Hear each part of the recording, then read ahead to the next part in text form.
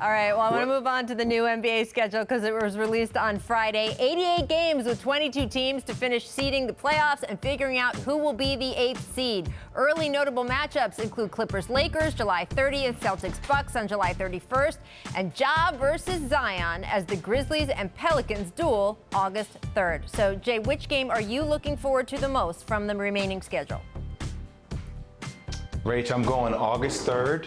I'm going the Memphis Grizzlies versus the New Orleans Pelicans. And both Perk and I have been on multiple shows talking about how excited we are about the Pelicans. He may say they're trying to give Zion that 8th seed. But I will say this, though. Memphis, though, getting Jaren Jackson back, getting Dylan Brooks, and then Justice Winslow. Which Brooks, Jay I Williams? like the grit and grind. Excuse me? Which Brooks? Dylan Brooks? Yeah, Dylan Brooks. Yeah. I didn't say Dylan Brooks. No, I think you said did. Dylan Brooks. You did. I'm saying that they're glad they have the right Brooks. Yes, fair. That's fair. I just like the way this team is built, though. So watching those two young teams go at it, considering other teams may take players off or let players rest, not those two teams. That's going to be a major matchup. Yeah, listen, Rachel, I don't have one game that I circled on the schedule, but I'm watching all 8 of the Rockets games. The Rockets are that dark horse contender that I'm looking at. You know, when Daryl Morey come out with the statement saying that he got James Harden and Russell Westbrook and he feel like they could win the championship because of those two, and rightfully so, I'm watching the Rockets because they're sitting at the sixth spot in the West.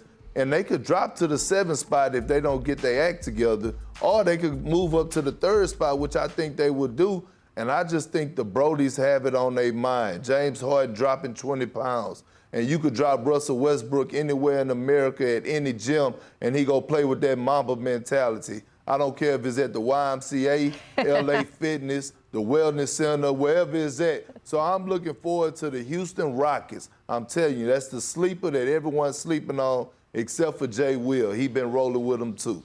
I'm now picturing Russell Westbrook in like kindergarten, elementary school gym somewhere, just showing it to the 3rd graders. But yeah. We know that he would. Blocking everybody's shot. He wouldn't care. I'm looking forward, as you said, to how all that seeding turns out. And, of course, the race for 8th in the West, because there are still several teams in contention. You've got the 8th place Grizzlies. They're followed by the Blazers, Pelicans, Kings, Spurs, and Suns. And if any of those teams can get within 4 games of Memphis, there will be a play-in game on August 15th where the 9th seed would have to beat the 8th seed twice to make the playoffs. It's like a 2-term knockout. So the Pelicans received what appears to be an easier schedule than their peers. But, guys, please note, their schedule is actually harder than what the Pelicans' schedule would have been when the NBA suspended play. So the NBA front-loaded a lot of those Pelicans games, big matchups. The idea that Zion was going to debut as a rookie, of course, he got injured. But that was the idea. So they already played a lot of their harder games. Their schedule on the back end was supposed to be easier, and it's actually not quite as easy as it would have been. Jay, with the schedules out, though, who is your best bet to make the 8th seed in the West? I'm going to go with Memphis. I'm going to give it to Memphis. And that's going to hurt me because I have a bet with Jalen Rose that I had New Orleans in it. I would get a free suit. Rachel, there's something interesting about NO, and I know that they have the second easiest schedule. But I don't know if they have the maturity yet. And now, granted, you're playing 8 games in a condensed period of time. You would think they're actually playing for something. But I've also seen this team have lapses throughout the regular season. Now, granted, we're talking about you just unplug them, now you're plugging them back in. They could bring that energy and that sustained effort, but there's something about knowing how to win down the stretch in closing games. Drew Holiday and JJ Redick are good at that, but is the rest of the team experienced at that? I'm not too sure. I like the position that the Memphis Grizzlies are in. Oh, I got to disagree with you, Jay. I got to roll with the Pelicans. Man, look, when you talk about closing out games, I could put the ball in Drew Holiday hands. I could put the ball in J.J. Redick's hands and tell him to fire me up a 3 and possibly get a 4-point play. And guess what?